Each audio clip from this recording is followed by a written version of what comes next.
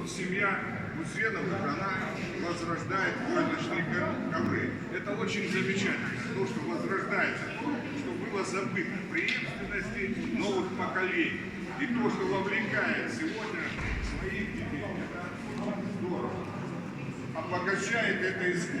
Ну, это одно из разновидностей карачаевского искусства. Это древняя и очень кропотливая работа. Ой, сейчас он рассказывал, просто восхищайся настойчивостью, терпением, как он все это делает. Просто декоративный орнамент хорошо сочетается с плоскостью. Декоративный. Просто можно еще делать жестче отбор.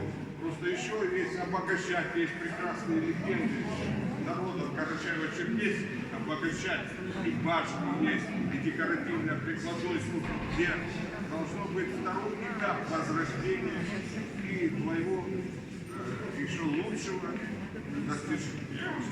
Желаю я больших творческих успехов в моей семье, здоровья самое главное, и долгих лет жизни, процветания от всей души. А так его разнообразие карачаевского народа есть и металл, и резьба по дереву, и керамика, то есть разновидность, которая представляет богатство всего народа.